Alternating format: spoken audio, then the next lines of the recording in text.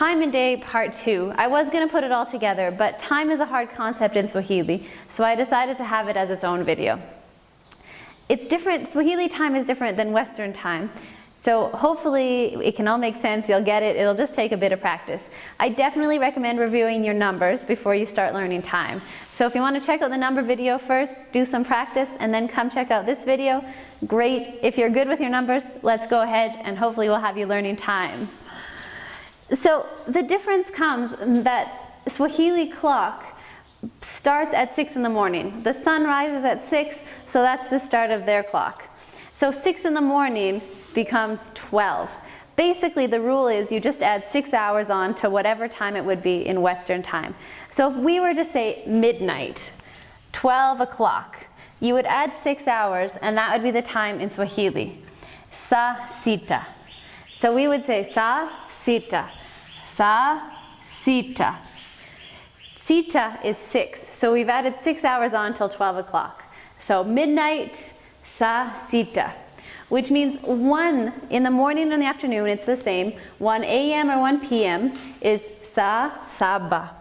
Saa saba, which is 7. So again, it's simple once you get the hang of it. It's just adding 6 hours on. It just takes a lot if you're learning your numbers and then adding 6. But you'll get there. 1 o'clock is saa saba. 2 o'clock is saa nane.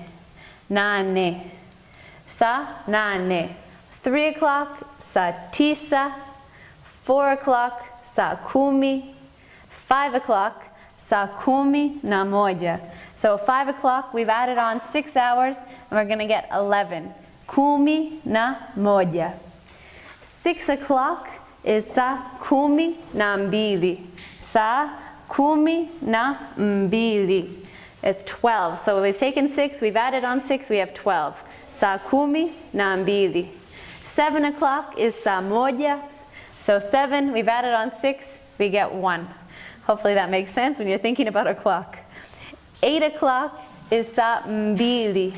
Saa mbili. 9 o'clock is saa tatu. Saa tatu, which is 3. So 9 plus 6, we get 3 o'clock. It makes sense, refer to your clock when you're adding on the numbers, it'll all come together for you fast enough. 10 o'clock is saa nne. 11 o'clock is saa tano. So those are the basics. It takes some practice. You definitely need to know your numbers before you can start telling time.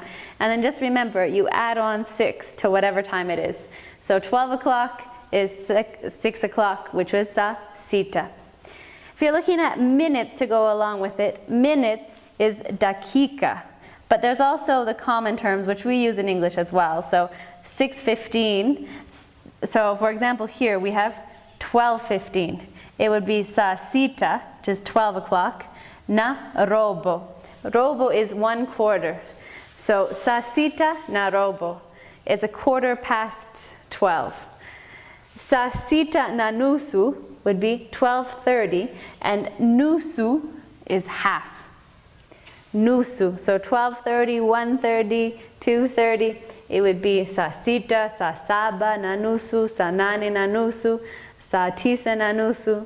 So na nusu is half. So here we have saa sita na nusu, which is 12:30.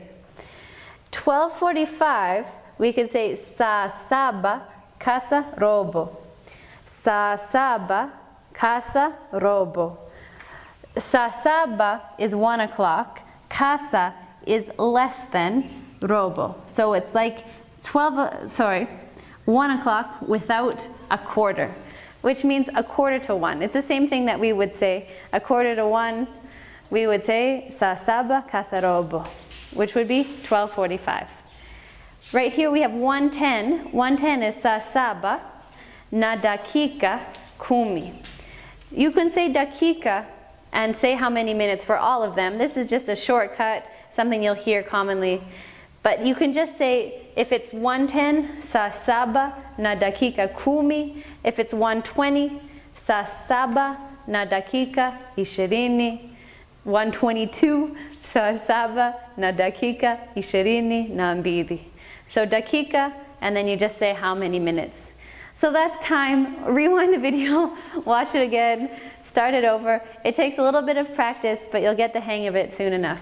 This is a good thing to practice before you start your travels or before you come to Tanzania, just because it takes a bit of time to get used to. So there you go. There's telling time in Swahili.